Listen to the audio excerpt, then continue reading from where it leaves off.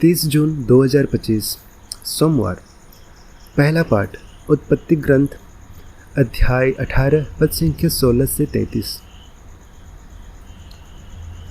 वे लोग वहाँ से सोदोम की ओर चल पड़े। इब्राहिम उन्हें विदा करने के लिए उनके साथ हो लिया। प्रभु ने अपने मन में यह कहा, मैं जो करने जा रहा हूँ क्या उसे इब्राहिम से छिपाए रखूँ? उससे एक महान तथा शक्तिशाली राष्ट्र उत्पन्न होगा और उसके द्वारा पृथ्वी पर के सभी राष्ट्रों को आशीर्वाद प्राप्त होगा। मैंने उसे चुन लिया जिससे वह अपने पुत्र और अपने वंश को यह शिक्षा दे कि वे न्याय और धर्म का पालन करते हुए प्रभु के मार्ग पर चलते रहें। इस प्रकार मैं जो प्रतिज्ञा कर चुका उसे पूरा करूँगा। इसलिए प्रभु ने कहा, सोदोम और गोमोरा के विरुद्ध बहुत ऊंची आवाज़ उठ रही है और उनका पाप बहुत भारी हो गया है। मैं उतरकर देखना और जानना चाहता हूँ कि मेरे पास कैसी आवाज़ पहुँची। उन्होंने वैसा किया अथवा नहीं। वे दो पुरुष वहाँ से विदा होकर सोदोम की ओर चले गए। प्रभु इब्राहिम के साथ रह गया और इब्राहिम ने उसके निकट आकर कहा, क्या तू सचमुच पापियों के साथ साथ धर्मियों को भी नष्ट करेगा? नगर में शायद 50 धर्मी है। क्या तू उन्हें सचमुच नष्ट करेगा? क्या तू उन 50 धर्मियों के कारण जो नगर में बसते हैं उन्हें नहीं बचाएगा? क्या तू पापी के साथ साथ धर्मी को मार सकता है? क्या तू धर्मी और पापी दोनों के साथ एक सा व्यवहार कर सकता है?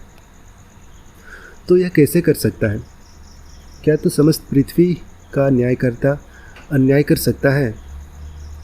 प्रभु ने उत्तर दिया, यदि मुझे नगर में 50 धर्मी भी मिले तो मैं उनके लिए नगर बनाए रखूँगा।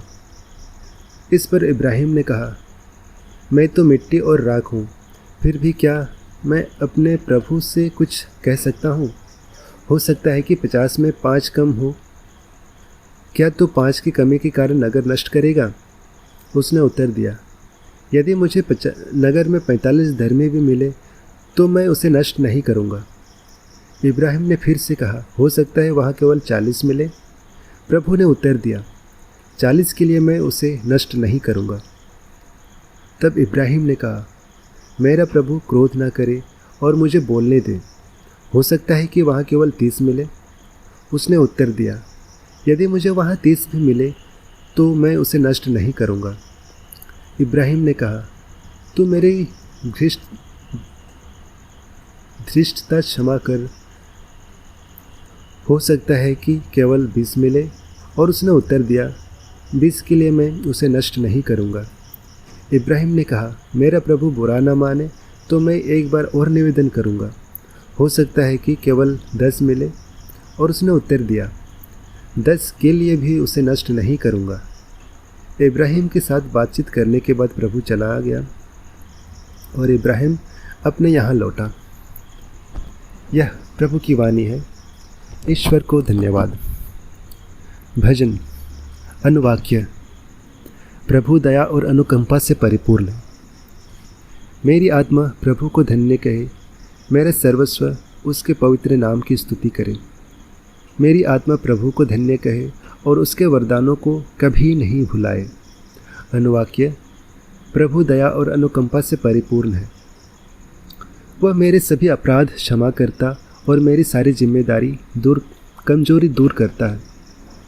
वह मुझे सर्वनाश से बचाता और प्रेम तथा अनुकंपा से संभालता है।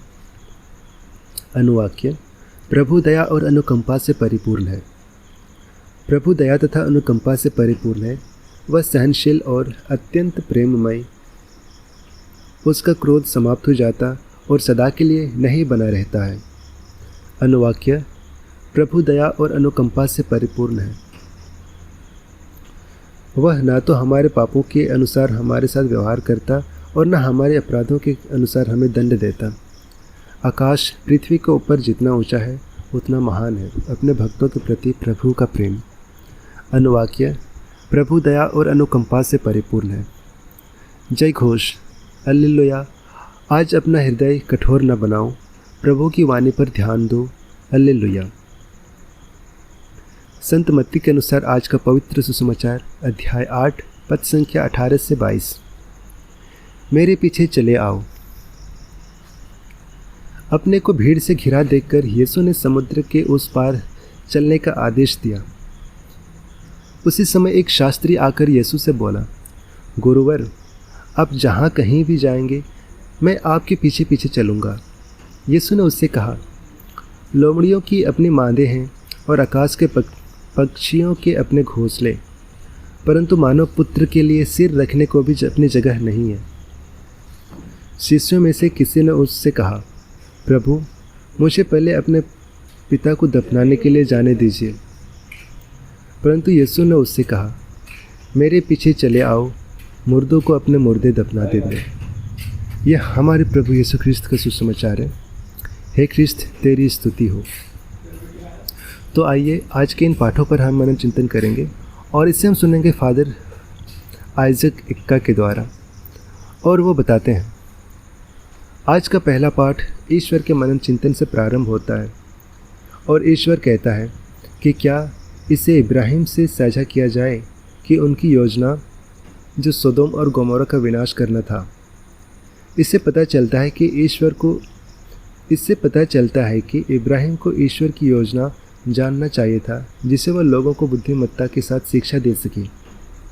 इब्राहिम ईश्वर के विनाशकारी विचार को बदलने का आग्रह करते हैं कि यदि वहाँ निश्चित संख्या में निर्दोष मिल जाएं।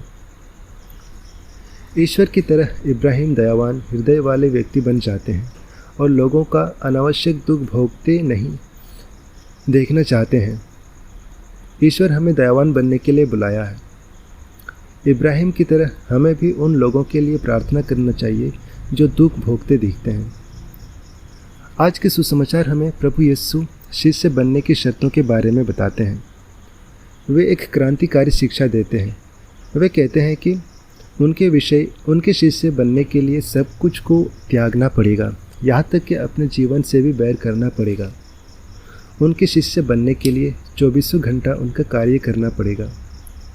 ईसा ने शास्त्री से कहा, लोमड़ियों की अपनी मांदें हैं और आकाश के पक्षियों के अपने घोंसले, परंतु मानव पुत्र के लिए सर रखने को भी जगह नहीं है। प्रभु यीशु कोई सुरक्षा या आयाम के लिए जगह नहीं देते। प्रभु यीशु लोगों को हतोत्साहित करते हैं जो संसारिक धन पर विश्वास करते हैं। ऐसा नहीं था कि प्रभु यीशु लोगों को नहीं चाहते, अपितु वे उनके हृदय को साफ देखना चाहते थे, जिस पर किसी प्रकार का हाँ या ना की स्थिति ना हो।